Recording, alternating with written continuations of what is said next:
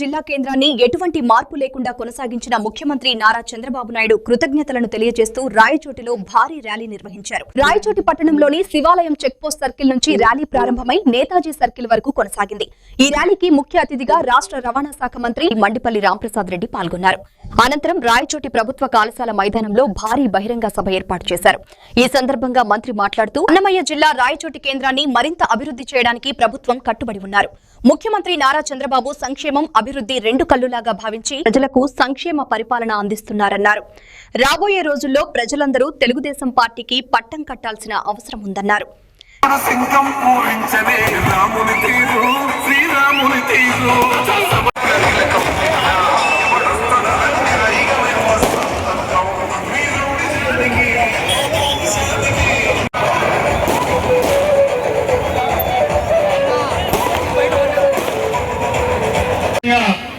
ఈ వర్షాన్ని కూడా లెక్కకు లేకుండా ఇక్కడికి విచ్చేసిన కాలేజు విద్యార్థులందరికీ నా ధన్యవాదాలు. మనందరికీ తెలుసు ఈ కార్యక్రమం ఎందుకు ఏర్పాటు చేసుకున్నామో మనకి ఇప్పుడు అర్థమవుతా ఉంది. సోదరులారా, ఈరోజు నా జీవితంలో మర్చిపోలేని రోజు. ఎందుకంటే ఒక ఉద్దేశానికి ఒక లక్ష్యానికి ఎలాగ పనిచేస్తే ఈ రోజు మన జిల్లాగా ఏదైతే గతంలో ఏర్పాటైన రాయచోటి పట్టణాన్ని కేంద్రంగా నిలుపుకునే విధంగా చేయాలో గత 50 రోజుల నుంచి ఇక్కడ లభించిన ఆదరణ, ఇక్కడ మన ప్రజలు మనం మీద పెట్టుకున్న నమ్మకంతోనే ఇది సాధించేదానికి నాకు సులువని నేను తెలియజేసుకుంటున్నా. ఎందుకంటే ఈరోజు గత 4 సంవత్సరాల ముందు ఏదైతే రాయచోటిని కొత్త జిల్లాగా ఆ రోజు అన్నమయ్య జిల్లాను ఏర్పాటు చేస్తే రాయచోటి పట్టణాన్ని జిల్లా కేంద్రంగా చేయడం జరిగింది. ఆ తర్వాత ఎన్నో ఊహాగానాలు, మొన్న ఎలక్షన్ల ముందు కూడా మరొక్కసారి ఏదైతే ఆ ప్రతిపక్షాలైతేనే మనకు కాని వారైతేనే ఎక్కడ చూసినా కూడా రేపు కొత్త జిల్లాలు ఏర్పాటైనప్పుడు రాయచోటి జిల్లా కేంద్రంగా ఉండదు, రాయచోటిని మారుస్తారనే ఊహాగానాలు వస్తూనే ఉన్నాయి.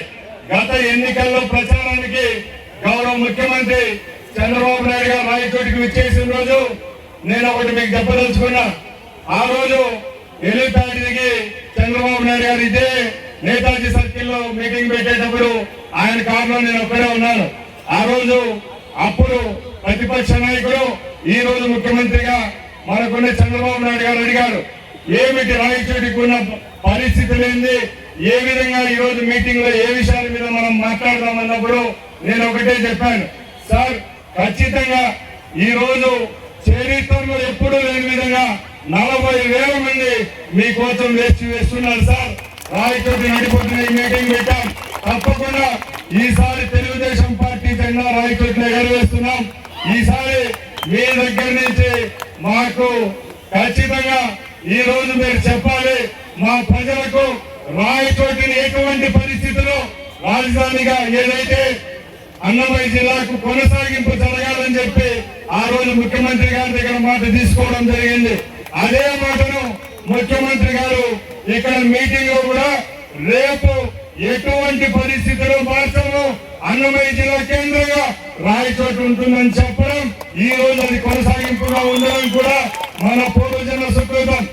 ఇది అయ్యిందంటే దానికి కారణం మీరే. ఎందుకంటే ఉదాహరణ చెప్తున్నా, అతి స్వల్ప మెజార్టీతో నేను ఇక్కడి నుంచి గెలవడం జరిగింది. 2450 ఓట్లతో ఇక్కడ గెలిచాం.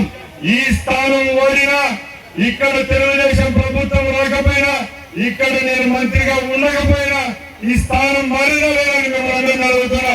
ఎందుకంటే దీనికి కారణం నేనేం కాదు, మీరందరూ నన్ను గెలిపించి ఈ స్థానం నుంచి మంత్రిని చేశారు కాబట్టి దానికి పని చేసే విధంగా ధైర్యంతోనే ఈ రోజు ఎందుకు రాయచోటిని మారుస్తారు, ఎందుకు ఇదే ప్రాంతాన్ని కొనసాగింపుగా ఉండకూడదు అనే దానికి మంత్రివర్గ ఉపసంఘం దగ్గరికి నేను తీసుకొని పోయిన కొన్ని పరిస్థితులే కారణం.